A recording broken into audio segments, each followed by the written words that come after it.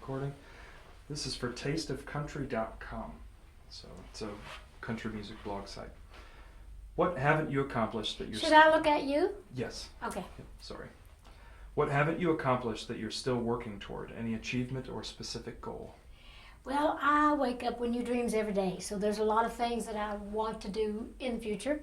I'm writing my life story as a musical, for one.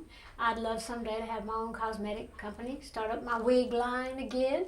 I want to get into the world of children, write more children's books, and possibly even have a children's TV show.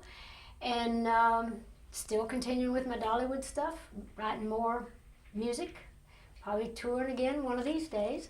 And other than that, that's about all I got planned. Are we any closer to a Dolly Parton biopic or musical based on your life? Okay, you just answered that one. Just if you could share some more details on that, and if not, who would be your dream cast to play you and your husband? Well, one of these days, in addition to doing a musical for stage of original music of my life story, I want to do a movie also of my life that has music in it that will tell the story, not just the Porter Dolly days, but my whole life with my husband and everything.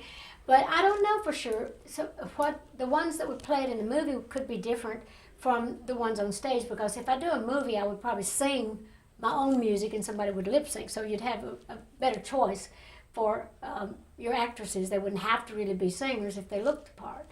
But if on stage, though, it would be, I would probably choose somebody for myself, like Kristen Chenoweth or Megan Hilty or somebody like that. But somebody to play my husband or to play Porter, I'd have to look really close to see. Maybe Johnny Depp could play my husband, and I'd finally get a chance to work with him because I love him.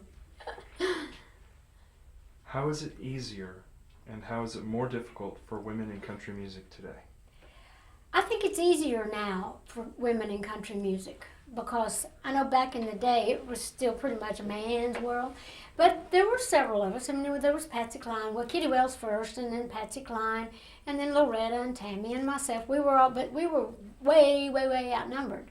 But now, you watch like the award shows, it's as many women as men anymore, which I think is great. I love that. So I think it's easier because I think people know that the girls can really be the stars. So the record labels and the managers, they're looking for the women, because women buy most of the records anyway. So if you get great artists, you know, that can sing and write, you're going to get those girls out to buy. So I'm yay girls. This is the second time you've partnered with Cracker Barrel on a project. What makes this relationship unique? I love Cracker Barrel, first of all. I was a big fan of theirs before they were ever a fan of mine. We used to always go to eat Cracker Barrel ever since they kind of opened back in the old days. But we worked with them on the Backwoods Barbie CD, and we had such a great relationship. They not only have 612 stores in 42 or 3 states, they also are good people, and they have the best food, and they have a lot of great stuff they sell in their store. And for several years they've been selling music, mainly gospel, bluegrass, and country, and we worked on, as I mentioned, the Backwoods Barbie.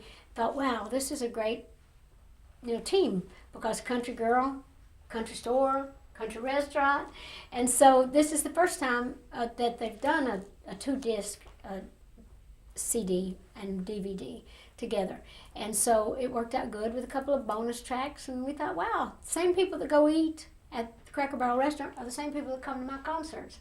They're usually kind of country people, or certainly like the country music loving type people, although they get all kinds, but certainly country people love the restaurant. So it just seemed to be a perfect pairing, and it's turning out to be good. If you were told you could only sing one more song, be it one of yours or someone else's, what song would you choose? Well, that's a very tricky question, because you mean like before I died, if I had to sing one song, I'd probably sing a song. If I thought it was the last song I was going to ever sing, there's a song that my dad loved that was sung at his funeral, and it'd probably be a song that I would want somebody to sing at mine. It's just an old song called "If We Never Meet Again, This Side of Heaven. I will meet you on that beautiful shore," is basically what it says.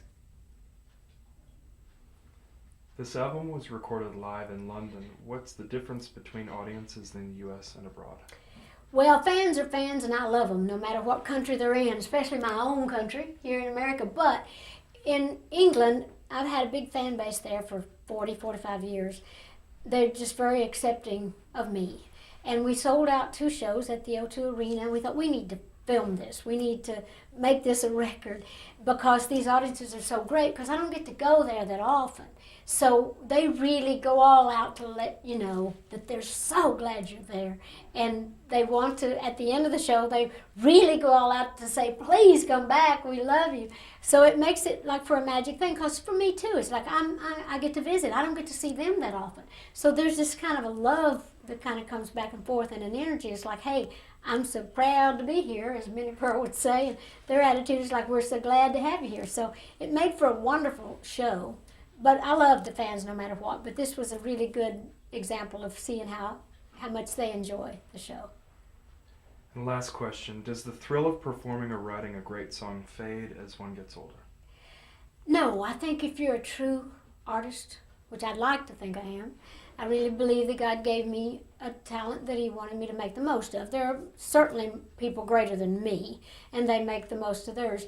But I never get tired of writing a song. I never run out of things to write about. And I love, of course, to sing the songs I write.